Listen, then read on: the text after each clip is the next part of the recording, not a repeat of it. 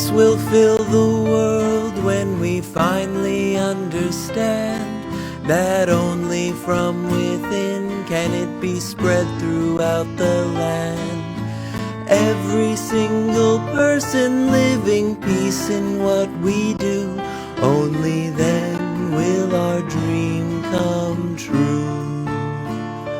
Only then will our dream come true. Only then will our dream come true. Good morning, friends. I'm Leona Evans, minister at Unity of San Luis Obispo, an inclusive, progressive, spiritual community affirming the good in all life. Welcome to our Sunday morning live stream. I'm excited to be here, and I'm thrilled to be talking to you today about a wonderful topic. It's called Finding Your Way Home. It's filled with all kinds of philosophical insights and clues as to how to recognize and honor the divine potential within us. And so let's take a moment to take a deep breath and relax. And let me remind you that focus is one of the most important practices for those of us who are following a spiritual path. Focus, that is our ability to be at one place at one time and to glean all of the beauty of that moment without being disturbed by the monkey mind, which causes us to go anywhere from the latest news report to the laundry we haven't folded yet that's still in the dryer. But for this time together, which is a very sacred and special time, because we get to honor not only the presence of God within ourselves, but within all others and within all life. And because this is a very special time in our history when our focus and our attention and our actions, based on our deepest beliefs, really need to make an impact on the world as we make an effort to move from a culture of violence to a culture of peace, from a win-lose paradigm to a win-win paradigm, from a place of some being outsiders and others being privileged, to realize that we are all one in spirit, equal in stature, regardless of our income or our station in life or the color of our skin or what religion we choose to participate in. We are one in spirit because we were created in love, and the potential within us is virtually limitless. So we want to focus and get this message and be able to understand it and integrate it and relate it to situations in our daily lives. Also, we have a wonderful music team, and we have a beautiful meditation for you this morning. So let's begin by taking a deep breath. Just feel your muscles relax and feel yourself focusing on this moment, this very special moment that we often call the eternal now. Be fully present, relax, become comfortable, and let us affirm together, I am now open and receptive to the living spirit of truth. Once again, I am now open and receptive to the living spirit of truth. Let's begin our service, as always, with a joy song from Matthew J. Evans. And this morning, it's a particular favorite of mine, and I know you're going to enjoy it. Good morning. Today we're going to sing Let Your Light Shine by Janet Manning. Please sing along with the lyrics on the bottom of the screen.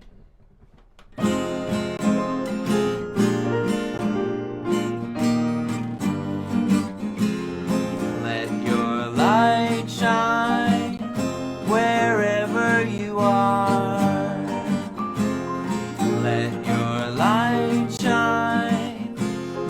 the world needs a star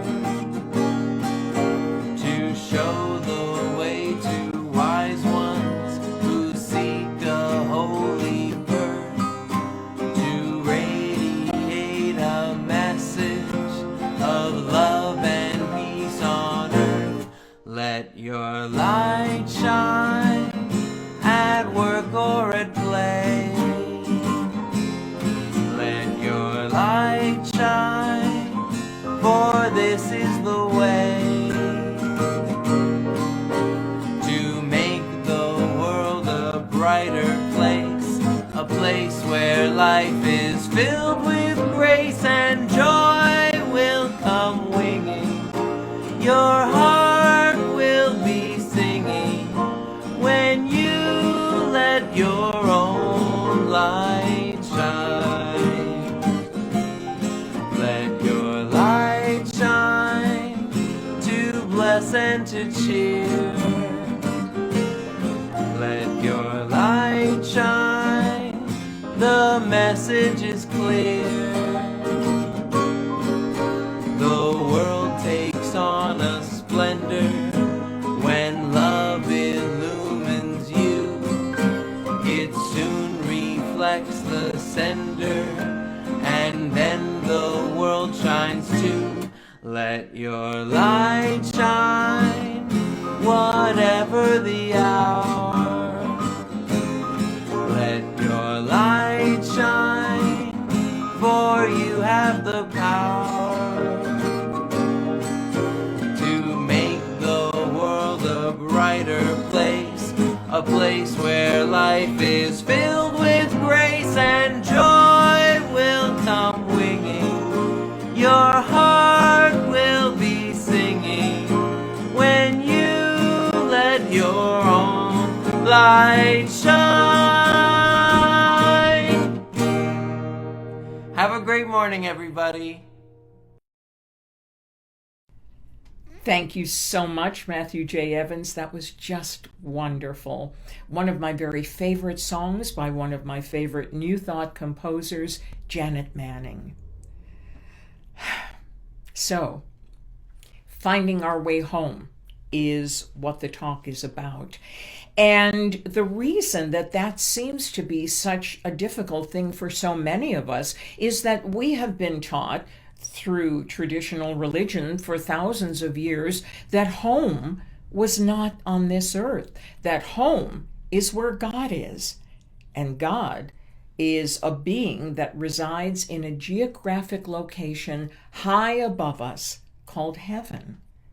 And so how do we get close to God? How do we become one with God when we're here on earth in a body, thinking that we are a soul that is in a body, and that one day when we leave the body, our soul will transcend and be with God in heaven, unless there are some unforeseen circumstances that led us down a criminal or illegal path, which would send us to either purgatory or a place called hell that's really, really hot with no air conditioning.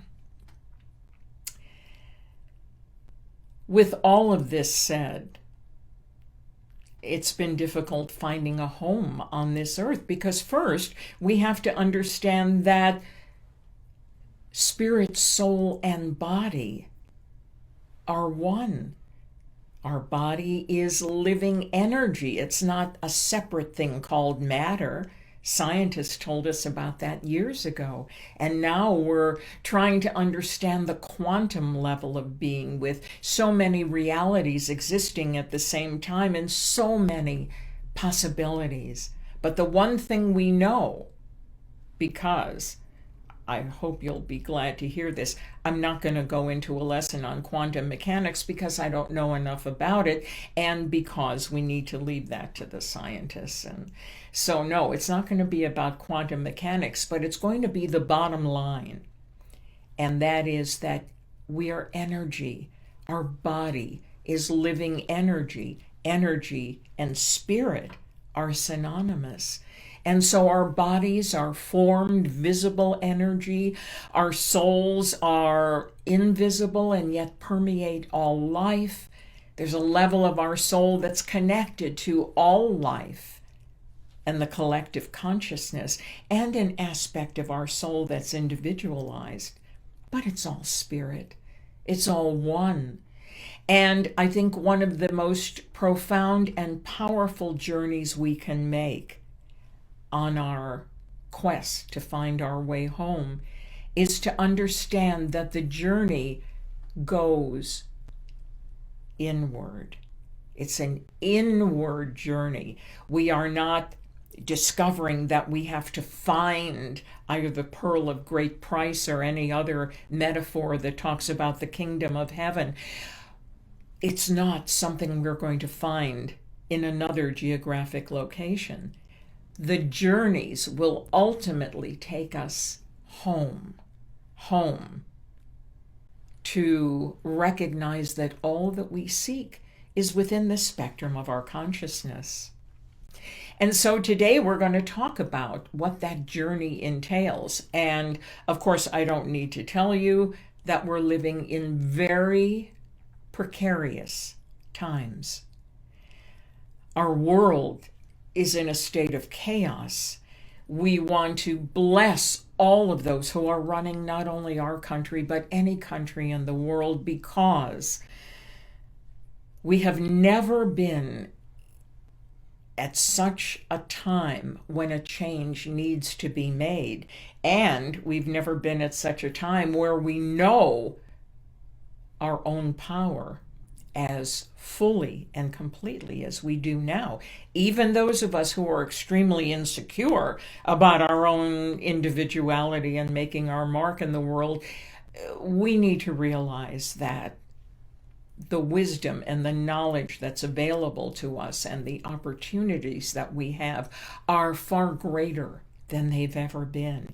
And if anybody ever found their way home, and certainly there are those who have, then we need to do it, not only individually, but as a community, as a nation, as a world community, to let the journeys bring us back in here where the paradigm shifts, as I said before, from a culture of violence to a culture of peace. There's no longer a win-lose paradigm to rely on. No longer are people out there going to be our enemies, because we are finding out that having enemies destroys us as well. We're facing a world pandemic where cooperation is at its highest need right now. And we're also facing a need to experience civil rights and love for all people. And the ways that we've been trying to do it have not ultimately succeeded. And so I want to tell you a story right now that actually took place in 2012.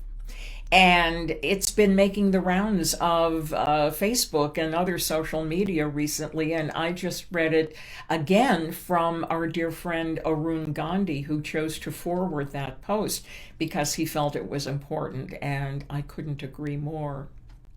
The story is about a runner from Kenya, Abel Mutai, who was leading the cross-country race at an event in northern Spain in December of 2012.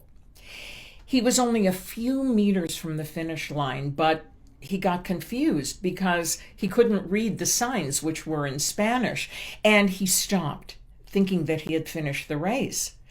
Well, a Spanish runner, Ivan Fernandez, was right behind him, and he started shouting to Abel to keep running, that he hadn't finished, that he needed to keep going to the finish line. Well, Abel didn't know the Spanish language either, and he didn't understand what Ivan was trying to tell him. But then Ivan Fernandez started to push Abel and point to the finish line and push him so that he could cross the line and win the race that rightfully belonged to him. What an incredible feat of generosity and ethics. Well, of course, that was a huge event, and many reporters crowded around him and asked him why he didn't just run around Abel and get to the finish line first. And Ivan said, "That race was never mine. I was so far behind him that I never would have won fairly, and it wasn't mine to win. I did what I had to do," he said. He went on to say, "What would be the merit of my victory? What would be the honor of this medal? What would my mother think of it?" And it's interesting because when the news report came out and his mother saw what her son had done, she said, "That's my son," and was so, so deeply proud of him. And so Ivan Fernandez found something inside of him: integrity, the Spirit of God, guidance, divine wisdom. And he chose immediately to do what he thought was the most honest, was the most compassionate, was the most powerful and wonderful thing that he could do. He didn't feel cheated out of a victory by any means. What he felt was clear. He felt as though he were home. He made friends with his own integrity, and he was able to recognize that any time he acted out of the highest within him, it would be a win-win situation, and no one would ever have to lose. And so that is an example of finding our way home, and we'll talk more about that after we hear some beautiful music from Brett Mitchell and Matthew J. Evans. Here's a great song from a 1951 musical from that terrific team of Rodgers and Hammerstein, The King and I. It's simply titled, "I Whistle a Happy Tune." It's kind of my own take on this, so hang in there with us. Okay. 1, 2, 1, and 2, and...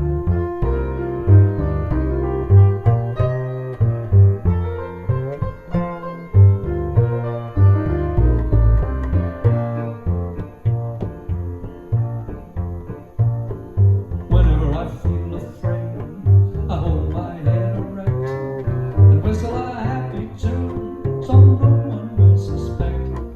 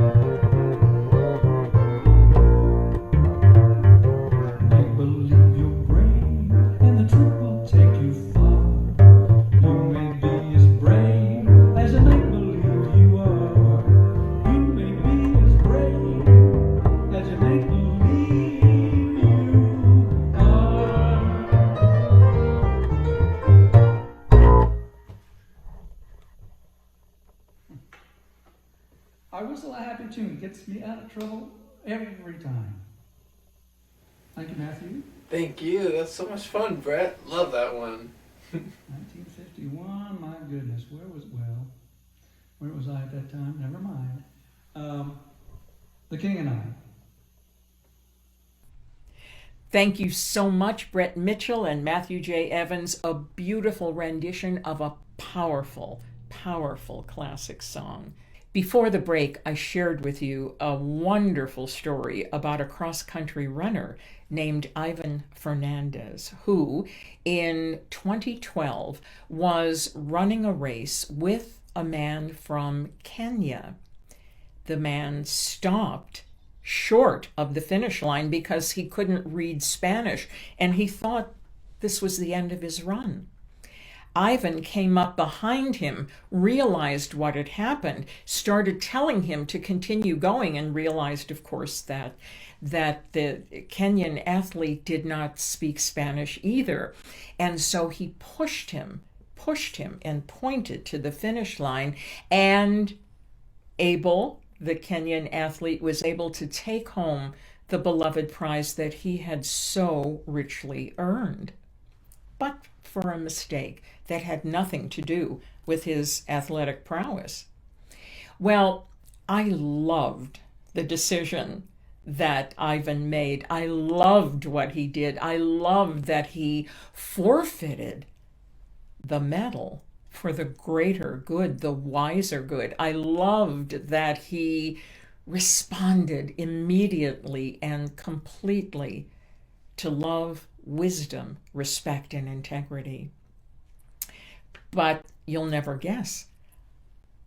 Interviewers from all over the world criticized Ivan for making that decision. They called him uncompetitive because he didn't push Abel out of the way and get to the finish line and claim his medal and have everybody laugh at the poor Kenyan who didn't know how to speak Spanish and didn't know where the finish line was. You know, that is part of a culture of violence. That is part of a framework that separates winners from losers, separates success from failure, and makes up its own definitions about what success is. As we discussed last week, true success is coherence with ourselves, the Lord of our being, our divine wisdom, our guidance, our love, our compassion, our strength. And these are gifts that are inherent within us, that have always been there, regardless of what we've been told by theologians over the past thousands of years who have believed that we as human beings were born as a blank slate, without any skills, without any talents, without any gifts. We were born as a blank slate, and until we followed the dictates of the authoritarians or until we were saved, we would not be able to make wise decisions of our own accord. Well, in the 18th century, an incredible philosopher named Immanuel Kant, K-A-N-T, joined the ranks of the great mystics and philosophers throughout the years who always ran alongside the traditional beliefs, who always had a broader, more metaphysical understanding of why we are here and what is ours to do.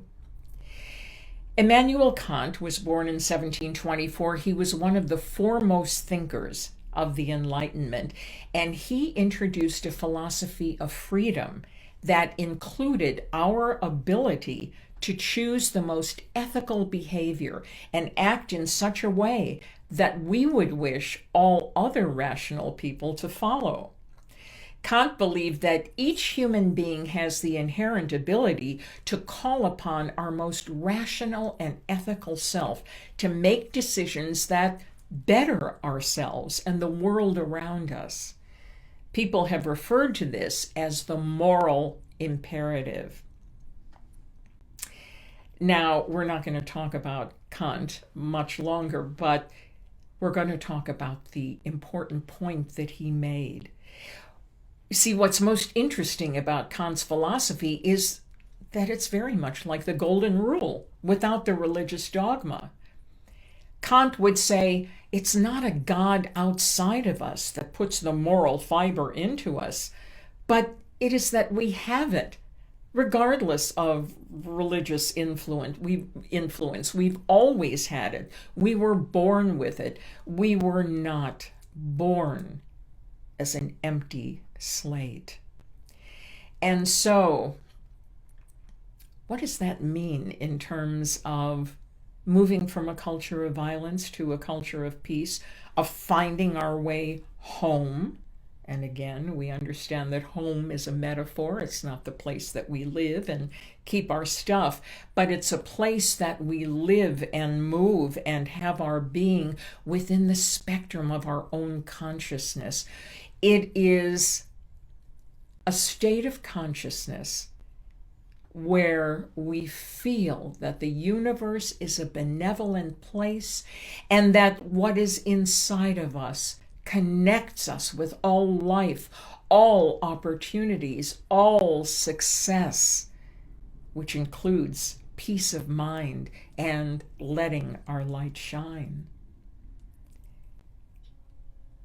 Immanuel Kant and the moral imperative basically said, whatever you do, do it because the highest within you is informing your decision, because it's rational and you have a rational mind with which you can think and calculate consequences and experience greater wisdom than you thought you had and learn how to make wise and loving decisions. You have that, he said. We all have it. And so the moral imperative is that whatever situation befalls us, we respond to it the way we would want the world to respond. Very much like the Golden Rule. What I do must be so clear and so centered. Obviously, I'm not including the fact that we all have irrational moments when our pent-up feelings take over. I'm not talking about that. That is part of us as spiritual beings learning how to become fully human. What I'm talking about is at a time when our emotions are not putting us to a test, to be able to recognize that we have what it takes to make a decision that will positively affect us and will be an example to everyone else. He also said that when we make rational decisions, we should never use other people as a means. Like the critics were complaining about Ivan Fernandez, you should have used his mistake for your benefit. That's not Kant's moral imperative. Neither is it the Golden Rule. Neither was it the wisdom that lived inside Ivan Fernandez. The moral imperative tells us that the decisions we make and our goal in making those decisions after great thought and contemplation and meditation would be the choices that we would wish for all people. Is this something that we need to work on? Oh, yes. Oh, absolutely. So many times we are caught up in the emotion of the moment, and so often we're caught up in the stories we've told about what we should do and why we should do it. I want to remind those of you who listen regularly to our service and watch it that several weeks ago I talked about a game that we played as ministerial students. It was called Win as Much as You Can. And we were pitted against one another in this game. And we were actually led to believe, as society leads us to believe, that the more we took advantage of another's innocence or ignorance, the more successful and the smarter and the more of a leader and the more successful we would be. We all bought into it. Of course, I want to do whatever I can to win as much as I can, only to find out after the game was over that the goal was to win as much as we could without losing our integrity. And this is the difference between a culture of violence and a culture of peace. This is the difference between staying out in a journey to a far-off land and finding our way home, to remember that within each of us are the divine spiritual gifts of wisdom, compassion, good judgment, love, and a recognition that the whole world is watching, and whatever we decide on this day is going to impact certainly our world, and we never know who else will be impacted by what we do.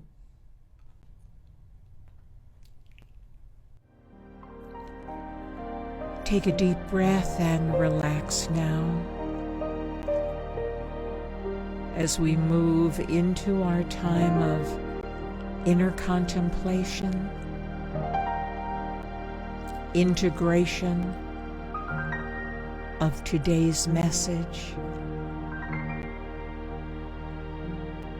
and cooperation with the divine I Am within us.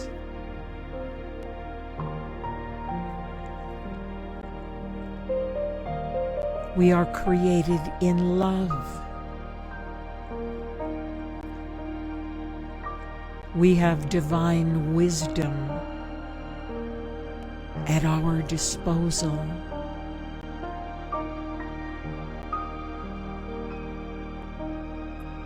We have good judgment with which we make our decisions.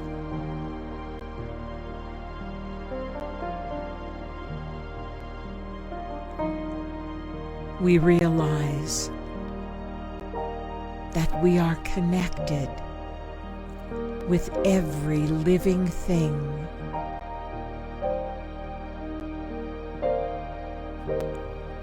And we do whatever we can to support and bless all with whom we come in contact.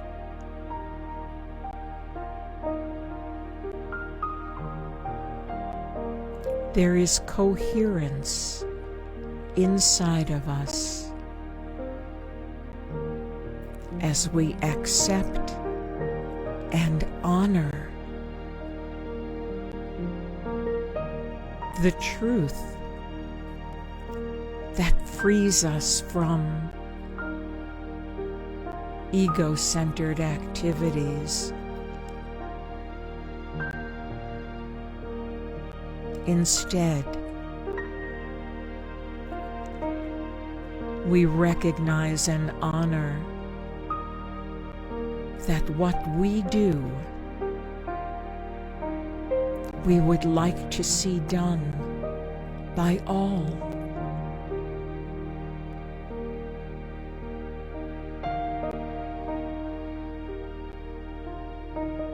How we feel and act in the world blesses all. And so it is. Amen.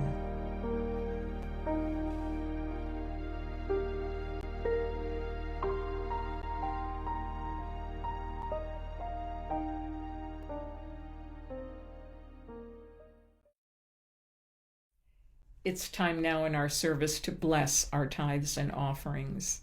Unity of San Luis Obispo is blessed by your tithes. And remember that when you do make a tithe to where you receive your spiritual inspiration, you are blessed 30, 60, 100-fold by the divine law of attraction, the law of prosperity, the law of reciprocity. As you give, so shall you receive. And please remember that a portion of your gift goes to organizations who support equal rights and the restoration of our planet Earth. We bless you and we thank you. Let's speak the words of our prosperity statement together. Divine love through me blesses and multiplies all that I give and all that I receive. Here is an original piece of mine, copyright 1993 and 2023. So I don't know, just 30 years in between. It's called Adelaida Suite Waltz. Adelaida is a part of California, the Central Coast of California, north of Paso Robles. And I used to travel out there all the time. It's beautiful. Adelaida Suite Waltz.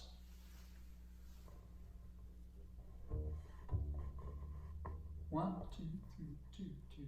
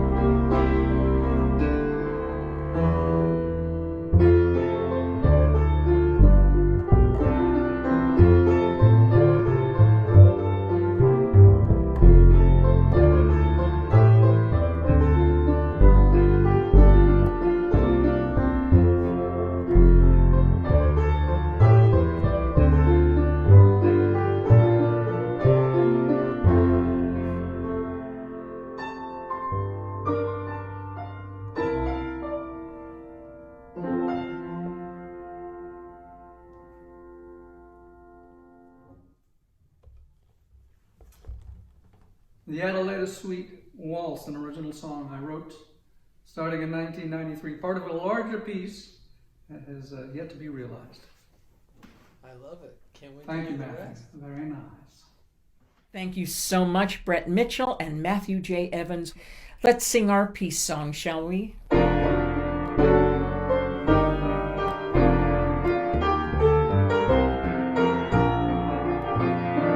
Let there be peace on earth, and let it begin with me. Let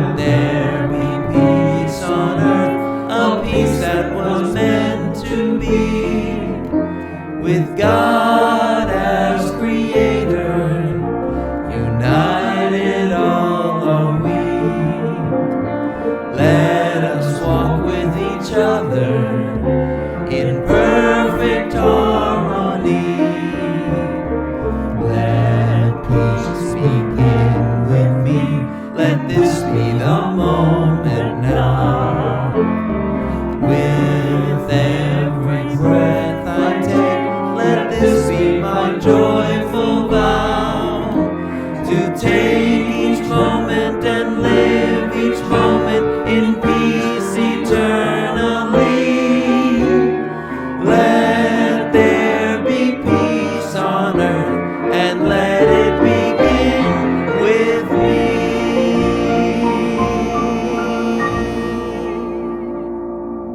And now let's speak the words of our prayer for protection.